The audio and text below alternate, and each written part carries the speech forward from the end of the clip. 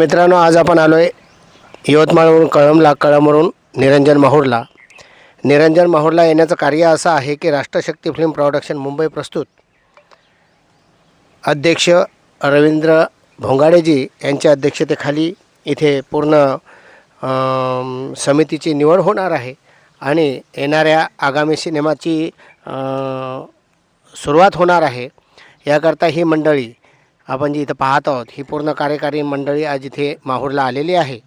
आणि इथे या मीटिंगमध्ये सगळ्यांना पदभार सोपवण्यात येणार आहे आणि कार्यसुद्धा देण्यात येणार आहे. येणारा त्यांचा रवींद्र भोंगाडेजीचा जो सिनेमा आहे बाबा या नावाचा, या सिनेमाचं जे लोकेशन आहे ते शिवमंदिरातलं इथं आहे. त्यामुळे इथे सगळे आज जमलेले आहेत.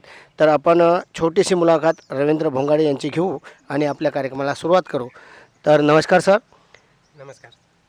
राष्ट्रशक्ती फिल्म प्रोडक्शन मुंबई हे जे संघटन आपण तयार केलं, तर ही संकल्पना तुम्हाला कशी काय आली?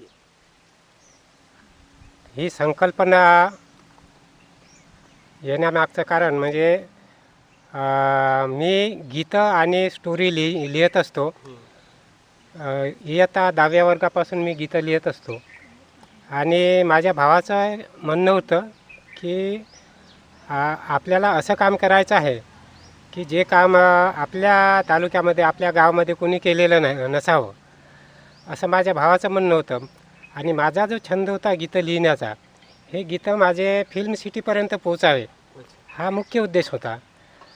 फिल्म सिटीपर्यंत पोचताना एक ओ बाबा या नावाचं गीत तयार झालं आपलं. ते गीत मी जवळजवळ 150 लोकांना दाखवलं.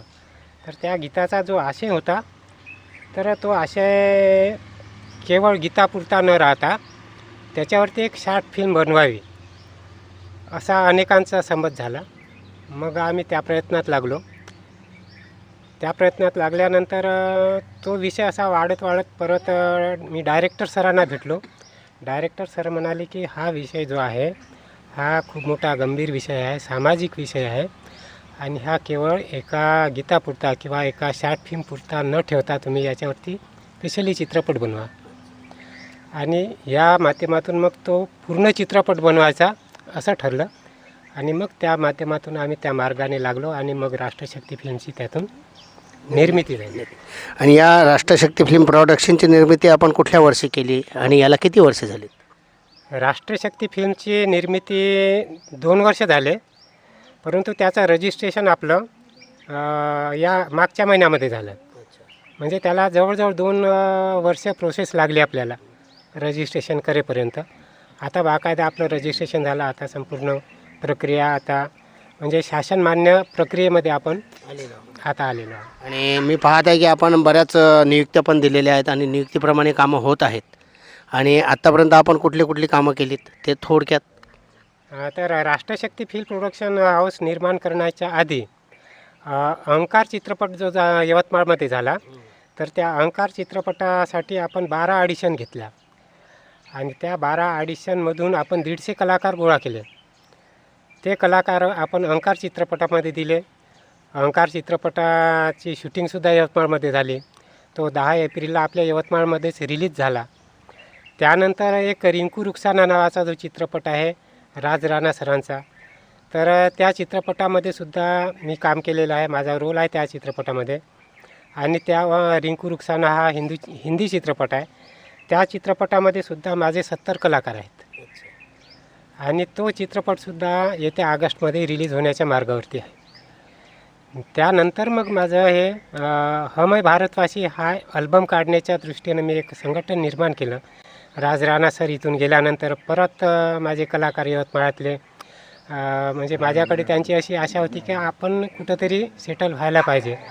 कारण राज राणा सर निघून गेलेत तिकडे त्यांच्या अकोल्याला.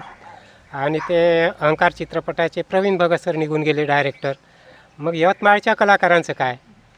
त्यासाठी मग यवतमाळच्या कलाकारासाठी मग स्पेशल आपलं यवतमाळचं एक प्रोडक्शन हाऊस असावं असं मी ठरवलं. आणि कलाकार सगळे माझ्या संमतीला मंजूर झाले आणि मग मी हे राष्ट्रशक्तीची निर्मिती केली आणि आता ते काम आपलं सुरू आहे.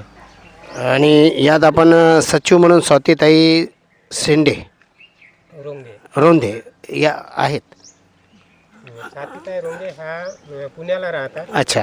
ज्यावेळेस राष्ट्रशक्ती फिल्म प्रोडक्शनची निर्मिती केली त्यावेळेस आम्ही दोघांनी विचार केला एकत्र बसून की आपण आता यामध्ये कोणाकोणाची निवड केली. त्यावेळेस आम्ही दोघंच होतो आणि दोघांनीच मिळून ते एक निवड केली आणि त्यानंतर मग कार्यकारिणी स्थापन केली. आणि मी आता पाहिलं की जसं तुम्ही आता मधात एक संतोषजी भीमराव संखद यांना पण यवतमाळला पाचारण केलं आणि त्यांच्या मार्फत काहीतरी कार्यशाळा घेण्याचं ठरवलं. तर संतोष संखद सर हे जे आहे तर सैराट चित्रपटाला त्यांनी कला दिग्दर्शन केलं आहे. फॅन्ड्री चित्रपटाला आणि जवळजवळ त्यांचे 60 चित्रपट आलेले आहेत.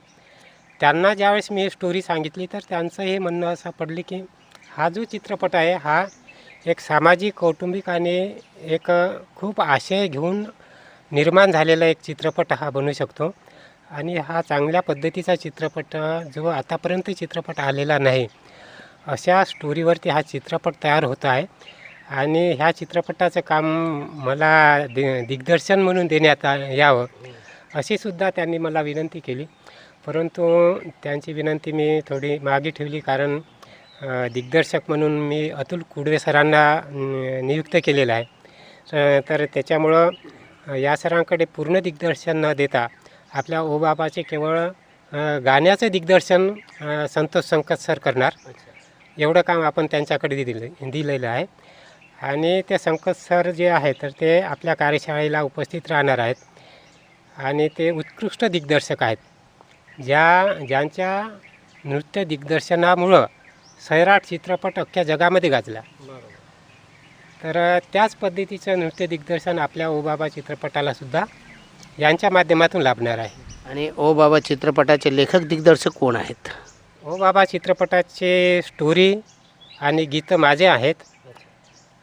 यांचे डायलॉग जे आहे तर नागपूरचे युवराज भिसेन सर म्हणून आहेत ते लिहिणार आहेत. आणि याचे जे बाकी कथालेखन आहे हे बाबारावजी मडावी करणार आहेत. मग यात आपण जसं सिलेक्शन वगैरे केलं असेल हिरो हिरोईन जे असेल ते कोण आहेत असं म्हणजे फेमस आहेत की नवीनच घेणार आहात? नाही, यामध्ये आपण काही पुराणे चेहरे घेणार आहोत आणि काही नवीन चेहरे घेणार आहोत. तर त्यामध्ये म्हणजे आपल्या सर्वांना एक आनंदाची बातमी म्हणजे आपल्या इथे बसलेल्याच आहेत आपल्या रसिका धोंगडे आणि आशिका धोंगडे. तर यांना आपण या चित्रपटासाठी निवड केलेली आहे आणि त्यांच्यासोबतच आणखी आपल्याला सहकलाकार म्हणून 3 अभिनेत्री वेगळ्या लागणार आहेत. तर त्यांची पण आपण निवड करणार आहोत. एक आहे राळेगावची सोनू नगराळे, त्यांना पण आपण यामध्ये घेतलेलं आहे. तर अशी हिरोईनची निवड जवळपास आता आपल्याकडे समजा केवळ आता एका हिरोईनची निवड राहिलेली आहे.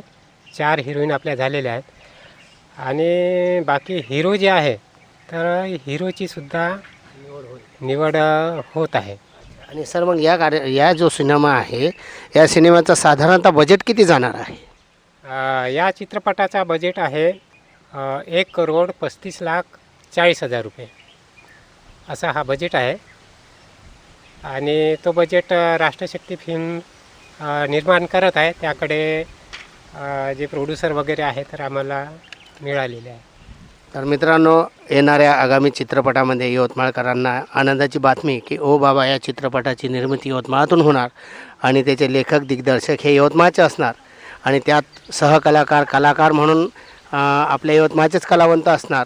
तर ही एक गोष्ट आपल्या अभिमानास्पद आहे की आपल्या यवतमाळ जिल्ह्यामधून नव्हे तर आपल्या यवतमाळातून प्रोडक्शनसारखा म्हणजे सिनेमासारखं प्रोडक्शन आपण इथून लॉन्च करीत आहोत.